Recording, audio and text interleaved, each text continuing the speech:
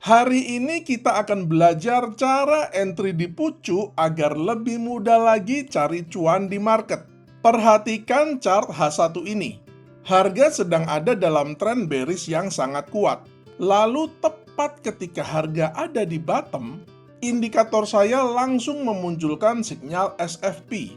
Saya entry buy tepat pada next candle-nya ini dan kita akan lihat apa yang terjadi. Dalam 5 menit ke depan, saya akan bongkar step by step setup tradingnya, jadi pastikan kalian tonton sampai habis. Tekniknya sangat simpel, bisa diulang setiap hari dan cocok untuk semua trader. Oke, kita langsung mulai saja. No mentor, no class, no ribet. Kita langsung saja plot indikatornya.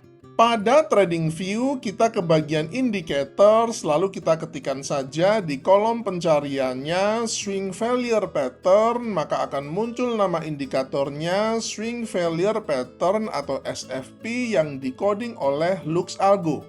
Kita klik saja indikatornya, maka akan muncul penampakan indikatornya seperti yang kalian lihat di layar monitor ini. Bagi pengguna MetaTrader, indikator ini tidak ada, jadi kalian bisa mendaftar TradingView gratis. Link TradingView dan link indikatornya sudah saya pasang di kolom deskripsi video ini. Indikator ini adalah indikator yang mendeteksi pola stop hunting atau sering juga disebut sebagai liquidity atau false breakout terhadap sebuah level pivot atau swing high dan swing low. Ini adalah konstruksi dari bullish SFP. Garis SFP dimulai dari pivot atau swing low yang ini. Kemudian candle yang dilabeli sebagai SFP ini adalah candle yang ekornya itu dia sempat menembus garis SFP, tapi gagal close di bawah garis SFP dan close balik lagi di atas garis SFP-nya. Peristiwa inilah yang sering disebut sebagai fenomena stop hunting atau liquidity atau false breakout. Selanjutnya, garis titik-titik ini disebut dengan garis konfirmasi. Dia digambar dari titik tertinggi yang terjadi di antara swing low dan candle SFP. Kemudian pada beberapa candle selanjutnya ini, ada sebuah candle yang close di atas garis konfirmasinya. Disinilah muncul panah hijau ini yang mengkonfirmasi skenario reversalnya. Jadi perlu diperhatikan kalau kita mau masuk benar-benar pas di pucuk, maka kita tidak perlu menunggu panah ini muncul. Cukup ketika SFP-nya sudah terbentuk saja. Mana yang lebih akurat? Menurut saya tergantung tool tambahan lainnya yang kita gunakan yang sebentar lagi akan saya bahas.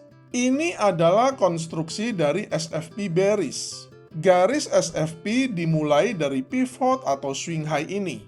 Kemudian candle yang dilabeli sebagai SFP ini adalah candle yang ekornya sempat menembus garis SFP tapi gagal close di atas garis SFP dan close balik lagi di bawah garis SFP. Garis titik-titik ini adalah garis konfirmasi. Dia digambar dari titik terendah yang terjadi di antara swing high dan candle SFP-nya. Perhatikan pada kasus ini, candle SFP-nya itu sekaligus merupakan candle konfirmasinya karena tadinya dia mengalami false breakout dari SFP-nya, kemudian langsung close di bawah garis konfirmasinya. Sinyal ini adalah sinyal yang paling ideal karena candle pucuknya sekaligus merupakan candle konfirmasinya. Sebelum kita masuk ke detail strateginya, saya akan tambahkan sebuah indikator filter untuk meningkatkan akurasinya. Kita balik lagi ke bagian indicators, lalu di kolom pencariannya kita ketikkan saja SMA, maka akan muncul nama indikatornya Simple Moving Average.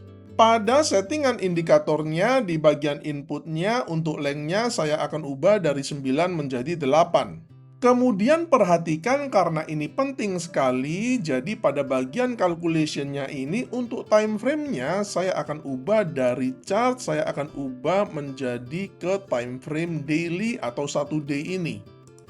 Kemudian pada tab style-nya agar lebih enak dilihat, saya akan ubah warnanya dari biru menjadi putih seperti ini. Jadi ada dua indikator yang kita gunakan untuk strategi kali ini, yaitu SFP dan juga SMA 8 Daily.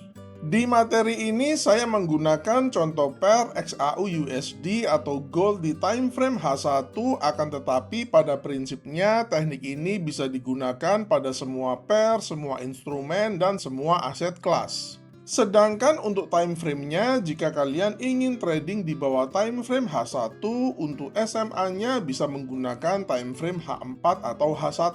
Ada dua kriteria untuk trade buy-nya. Pertama, harga bergerak di atas SMA 8 Daily, dan yang kedua muncul SFP bullish. Pada chart kita melihat kedua kriteria ini sudah terpenuhi. Pertama, kita melihat harga sedang bergerak di atas SMA 8 Daily, yang artinya tren sedang bullish dan kita hanya mau cari trade buy. Kedua, kita melihat sudah muncul SFP bullish-nya ini, yang artinya di sini ada liquidity atau false breakout yang membuat harga ke reject untuk bergerak ke bawah. Kemudian secara price action, meski hal ini bukan merupakan syarat wajib, kebetulan di sebelah kirinya ini juga ada sebuah swing low, yang artinya SFP bullish-nya ini memang terkonfirmasi terbentuk di area support yang valid. Entry buy kita letakkan pada next candle-nya ini. Kemudian untuk stop loss-nya, karena harga sedang ada di pucuk banget, kita akan menggunakan rumus 2 ATR. Kita tambahkan saja ATR atau average true range. Di sini kita melihat nilai ATR-nya adalah 29,6, jadi kita bulatkan saja menjadi 30. Jadi stop loss-nya adalah 2 ATR atau 60 poin. Kita masukkan saja stop loss-nya 60 poin, dan untuk targetnya kita menggunakan risk reward ratio 1:2, artinya 120 poin. Ini adalah contoh setup yang dibuat saat volatilitas gold sedang sangat tinggi, jadi nilai ATR-nya juga tinggi. Untuk trade sell-nya, logikanya tinggal dibalik saja. Pertama, kita melihat harga sedang ada di bawah SMA 8 Daily, yang artinya tren sedang bearish dan kita hanya mau cari trade sell. Kedua, kita melihat sudah muncul SFP bearish-nya ini, yang artinya di sini ada liquidity atau false breakout yang membuat harga ke reject untuk bergerak ke atas. Entry sell kita letakkan pada next candle-nya ini. Nilai ATR-nya adalah 18 poin, jadi stop loss kita adalah 2 ATR yaitu 36 poin dan targetnya 72 poin.